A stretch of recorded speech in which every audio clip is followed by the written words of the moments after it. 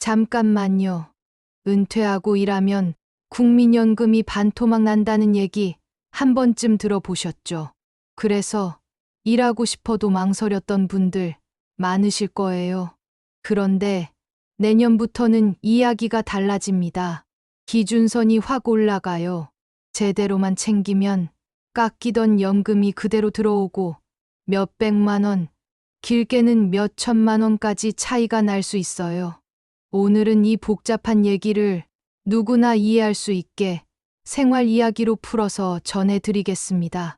처음 오신 분도 끝까지 들으시면 고개가 끄덕여지고 나도 지금 당장 해볼 일들이 딱 정리될 거예요.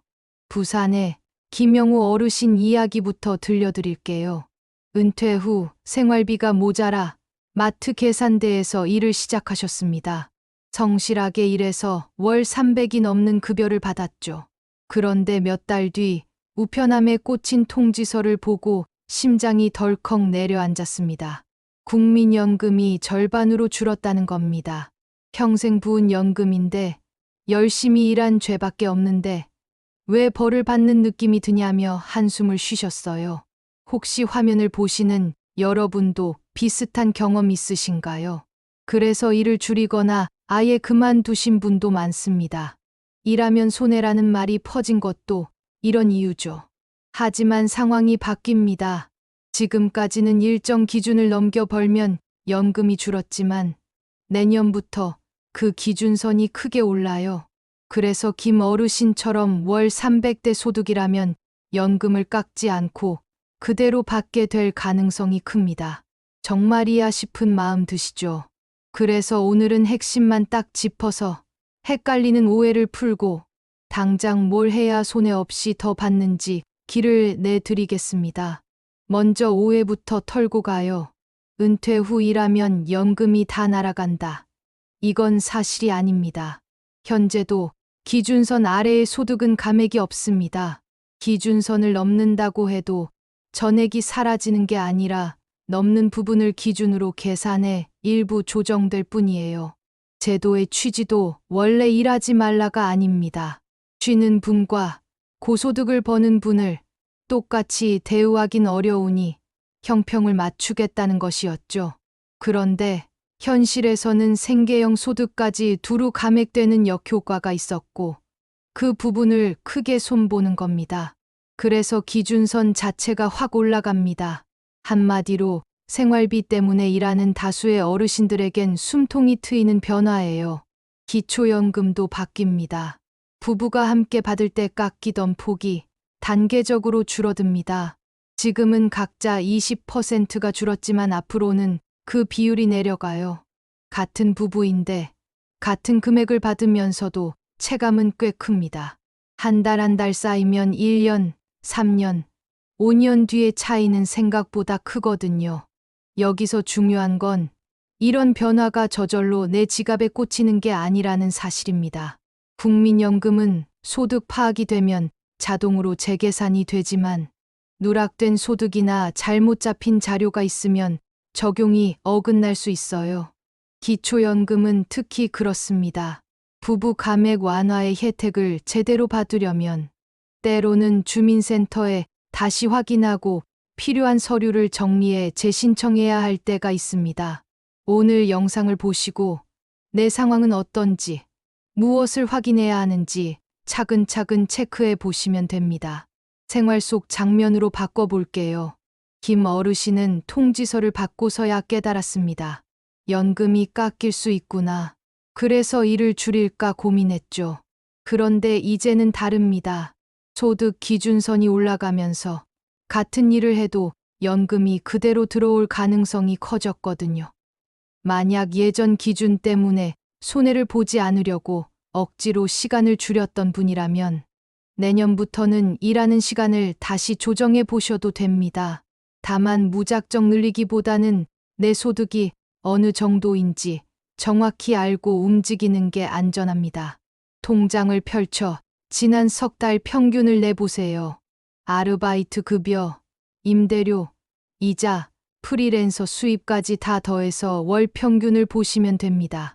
그 금액이 새 기준선 아래면 안심, 넘는다면 초과분이 어느 정도인지 가늠해 볼 수 있어요. 그 다음이 상담입니다.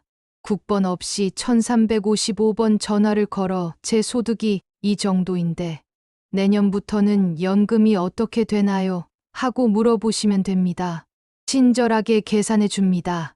온라인이 더 편하시면 공단 홈페이지의 내연금 계산기를 이용하셔도 좋아요. 복잡하면 전화가 더 빠르고 정확합니다. 기초연금은 가까운 주민센터로 가시면 됩니다. 특히 부부가 함께 받는 가정은 꼭 한번 상담 받으세요.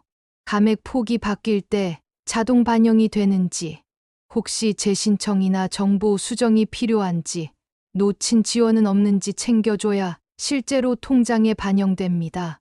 소득이나 재산 상황이 중간에 바뀌어 애매해진 경우도 상담에서 길이 보일 때가 많아요. 소득 조절이 필요한 경우도 있습니다. 기준선을 조금 넘길 때는 오히려 일하는 시간을 살짝 조정하거나 수입 구조를 합법적으로 분산하는 게 유리할 수 있어요. 여기에는 주의가 필요합니다. 세무사나 전문가에게 꼭 상담받으세요. 합법이라는 선을 정확히 지키는 게 가장 중요하니까요. 무리하게 줄이거나 숨기는 방식은 나중에 더 큰 불이익으로 돌아올 수 있습니다. 상담의 목표는 두 가지뿐입니다. 법을 지키면서 손해보지 않는 길 찾기. 이 두 가지만 잊지 않으시면 됩니다. 이제 마음 이야기로 돌아갑니다. 일하면 연금이 깎인다는 말은 생각보다 깊게 사람 마음을 꺾습니다. 차라리 집에 있자, 나가서 일해봐야 손해 아닌가, 이런 생각이 들죠. 그런데 우리는 아시잖아요. 몸이 허락하는 한 일터에 나가 사람들과 어울리고 내 손으로 번 돈을 내 손으로 쓰는 기쁨이 얼마나 큰지. 연금은 보장이고 일은 삶입니다. 둘 중 하나를 포기하라는 이야기가 아닙니다. 기준이 바뀌는 지금 두 가지를 함께 지키는 길이 열렸습니다. 마음 편히 일하시고 마땅히 받아야 할 연금은 온전히 받으세요. 제도는 그렇게 바뀌고 있습니다.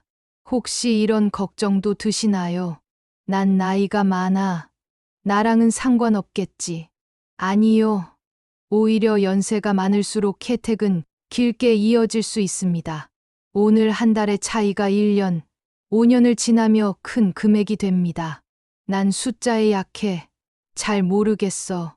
괜찮습니다. 오늘은 딱 두 가지만 기억하세요. 내년부터 소득 기준선이 크게 오른다. 부부가 함께 받는 기초연금, 감액이 줄어든다. 이 두 문장만 마음에 담아 두시고 내 통장과 내 소득을 한 번만 점검해 보세요. 필요한 건 한 통의 전화, 주민센터 한 번 방문. 거기서 길이 열립니다. 김 어르신도 그랬습니다. 예전 같았으면 일을 줄였을 거예요. 그런데 상담을 통해 새 기준을 확인하고 괜히 일을 줄일 필요가 없다는 걸 알게 되자 표정이 달라졌습니다. 내가 벌던 대로 벌어도 되겠네. 연금도 그대로 들어오는 거지.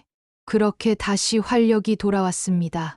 계산대에서 만나는 손님들과의 수다도 즐겁고 저녁이면 손주에게 과자 하나 더 사줄 여유가 생겼어요.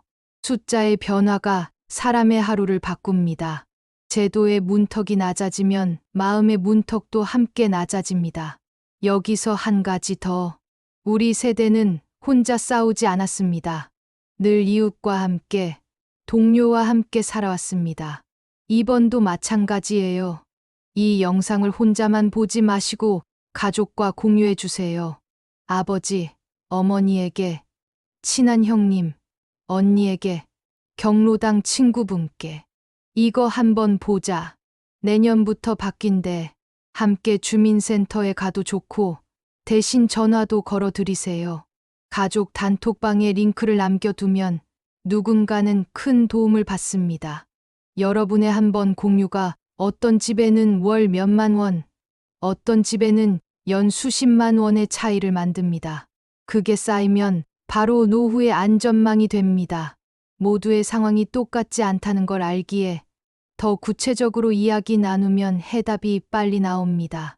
마지막으로 꼭 드리고 싶은 말. 여러분은 이 나라의 버팀목으로 살았습니다.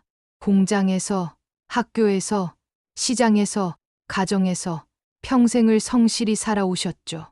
이제 제도가 한 걸음 여러분 쪽으로 다가옵니다. 그 한 걸음을 놓치지 마세요. 내년, 후년, 그 다음 해가 달라집니다. 오늘 영상이 도움이 되셨다면 구독과 좋아요를 눌러주세요. 여러분의 구독은 더 많은 어르신께 필요한 정보를 전하는 힘이 됩니다. 그리고 알림 설정을 해 두시면 중요한 변화가 있을 때 복잡한 용어 걷어내고 생활 언어로 다시 정리해 드릴게요. 영상 끝까지 함께 해주셔서 고맙습니다. 오늘은 통장과 가계부를 한번 열어보세요. 그리고 휴대폰으로 1355 가까운 주민센터, 그 한 통의 전화, 그 한 번의 방문이 내년을 바꿉니다. 마음 편히 일하시고 마땅한 연금은 온전히 받으세요. 오늘도 건강하시고 마음 든든한 저녁 보내세요.